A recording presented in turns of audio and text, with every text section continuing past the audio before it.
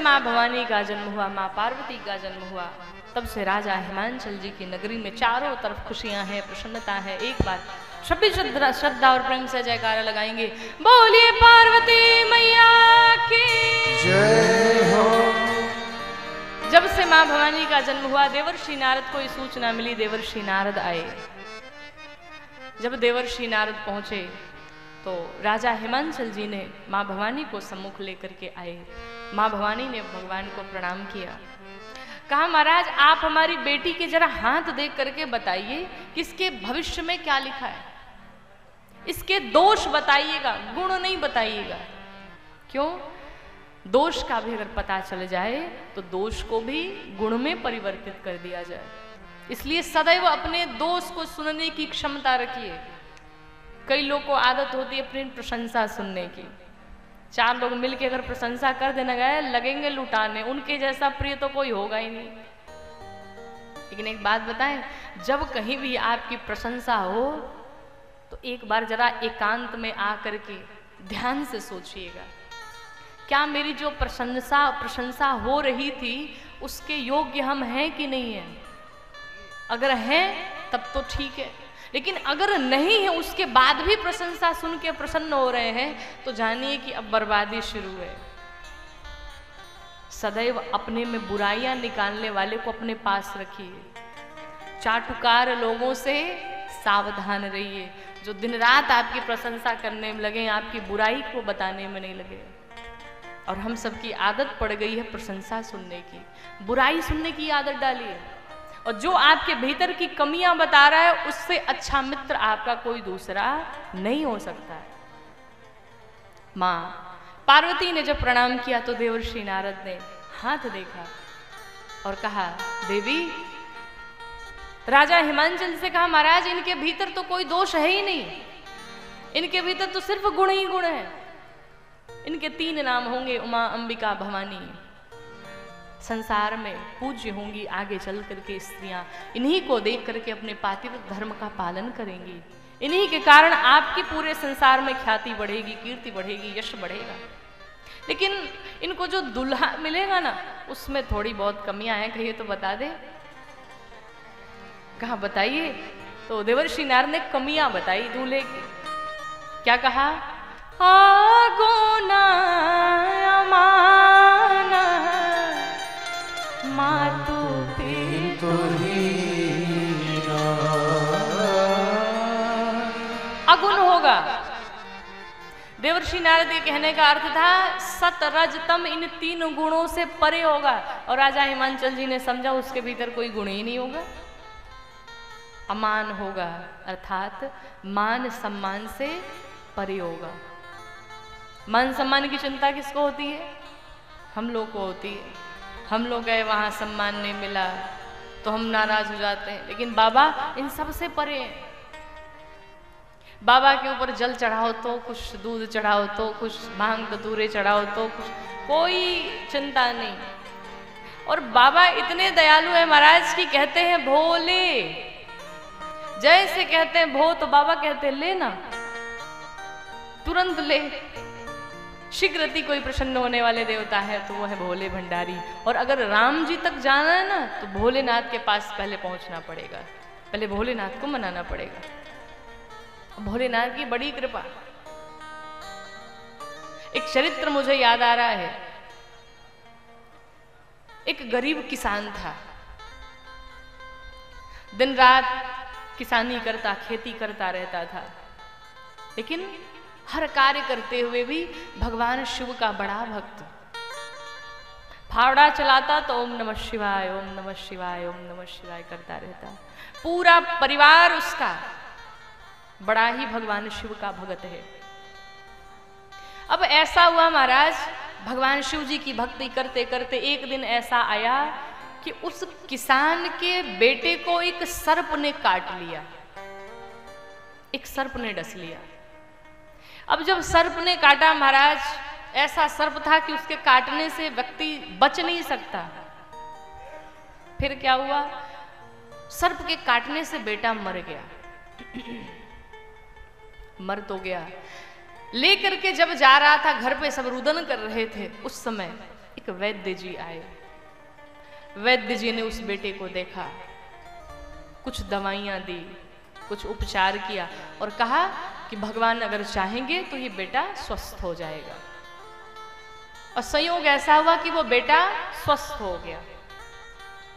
अब जब महाराज स्वस्थ हो गया, अब ये किसान लगा रोने, बताओ हमने भगवान शंकर की इतनी पूजा की, इतनी सेवा की, उसके बाद भी हमारे बेटे को ये कष्ट मिला, हमारे बेटे को सर्प ने काट लिया। अब बताओ भगवान की भक्ति करने का फायदा क्या है। चलो कुछ दिन बीता, थोड़ी शांति हुई। अचानक से एक दिन किसान कहीं घर से बाहर जा रहा था, तब तक अचानक से बीच में दो बैल आपस में लड़ रहे थे। तो जब आपस में लड़ रहे थे, एक व्यक्ति आया, कहा भाई साहब उस रास्ते मत जाना, एक बैल आपस में लड़ रहे हैं, शायद आपको मार दे। अब बात ही कर रहे थे, तब तक अचानक से वो बैल आया और किसान को मार दिया। हाथ पैर टूट गए बेचारे के। अब लगा बैठ के रोने, बताओ अभी एक घटना हुई थी कि मेरे बेटे को सर्प ने डस लिया, अब दूसरी घटना हो गई, मुझे ही बैल ने मार दिया। लगता है पूरी विपत्ति भगवान शंकर ने मेरे ही घर के तरफ मोड़ दी है। एक विपत्ति जाती नहीं, दूसरी आ जाती है। कुछ दिन बीता, ठीक हुआ। अब घर में गरीबी इतनी कि खाने खाने के लाले पड़ गए। लेकिन भगवान शंकर ने सोचा चलो इसको थोड़ा सा मैं धन दे देता हूँ, थोड़ी कृपा कर देता हूँ। तो भगवान ने क्या किया कि उस साल, उस वर्ष जब किसान ने धान बोए खेत में, तो बहुत अच्छी उपज हुई और ऐसी पूरी गांव नगर में किसी की नहीं थी जितनी उसकी हुई। अब किसान लहलहाते अपने खेत को देख करके प्रसन्न हो गया, वाह आनंद आ गया, अब भगवान ने थोड़ी कृपा की मेरे ऊपर। अभी बड़ा प्रसन्न हुआ। देखते देखते धान की कटाई हो गई, सब कुछ हो गया। खेत में ही उस अनाज को रख दिया। उसके पश्चात महाराज रात्रि में पत्नी और बच्चे को बोला तुम जाओ घर में आराम करो, सो जाओ और हम यहीं पर देखेंगे रह के पूरी रात। तब तक महाराज अभी विचार ही कर रहा था, तब तक वो काले काले बादल,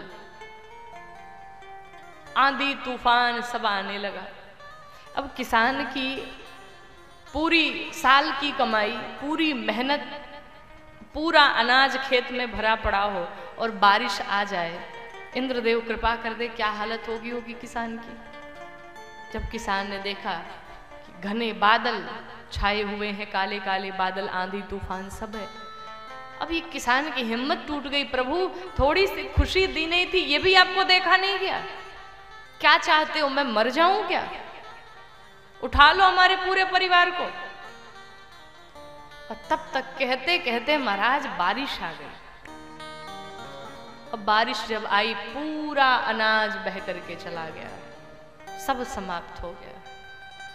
अब ये किसान बैठ करके खेत में ही लगा रोने, कहा अब मैं अपने प्राण त्याग दूंगा, अब मैं नहीं जीवित रहूंगा। क्यों? भगवान शंकर ही हमसे विमुख हो गए। जिनकी इतनी पूजा की, जिनकी इतनी तपस्या की, इतना विश्वास रखा, वो भगवान मेरे साथ ऐसा व्यवहार कर रहे हैं।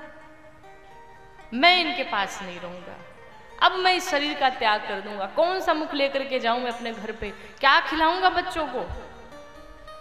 भगवान शंकर को रहा नहीं गया, भगवान शंकर प्रकट हो गए। बोले भक्तवत्सल भगवान की। महाराज भगवान प्रकट हो गए, और जब प्रकट हुए तो भगवान शंकर ने किसान से पूछा क्या हुआ, क्यों रो रहे हो? अब किसान को गुस्सा लगी, कहा महाराज इतना कुछ हो गया, आपको पता ही नहीं है और अभी आप पूछ रहे हो क्या हुआ है? शर्म नहीं आती आपको, लज्जा नहीं आती आपको? इतना दुख दे करके भी आपको शांति नहीं मिली है? कौन सा अपराध किया था हमने? भगवान शंकर ने कहा तूने कोई अपराध नहीं किया था। तुझे पता है तेरे बेटे को सर्प ने डस लिया था, और ऐसे सर्प ने काटा था कि उसके काटने से कोई व्यक्ति जीवित नहीं रह सकता। लेकिन वो वैद्य बन करके जो आया ना, वो कोई और नहीं था, वो मैं ही था जो तुम्हारे बेटे को बचाने गया। जब तुम्हें बैल मारने के लिए गए ना, वो बैल ऐसा था कि लिखा था कि तू मर जाएगा उस बैल के मारने से। लेकिन जो व्यक्ति तुम्हें बीच में बचाने गया ना, वो कोई और नहीं था, मैं ही था जो तुझे बचाने गया। और कहा प्रभु ये जो अनाज था हमारा क्यों बह गया? भगवान ने कहा पूरे नगर में, पूरे गांव में तुम्हारे जैसी फसल किसी की नहीं हुई थी, और तुम्हारे आस पास पड़ोस के सभी देख करके तुमको जलने लगे थे, तुमसे ईर्ष्या करने लगे थे। तुम्हारे पड़ोस का ही एक व्यक्ति आया और उस पूरे अनाज में उसने जहर मिला दिया,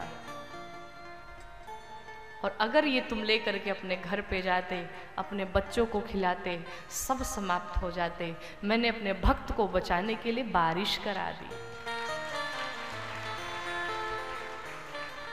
अब तुम बताओ, क्या अब भी मैं गलत हूं? अगर मैंने अपने भक्त को बचाकर कोई अपराध किया हो तो बताओ हमसे। किसान पांव में लौट गया भगवान के और कहा, नाथ आपकी कृपा आप ही जाने। इससे हमें ये सीख मिलती है महाराज, हमारे जीवन में घटना दुर्घटना कुछ भी होता है ना, सबके पीछे कारण होता है। हो सकता है कोई बहुत बड़ी बला थी, वो छोटे में ही समाप्त हो गई, तो उसे भगवान की कृपा जान करके व्यथित नहीं होना चाहिए, शांत रहना चाहिए।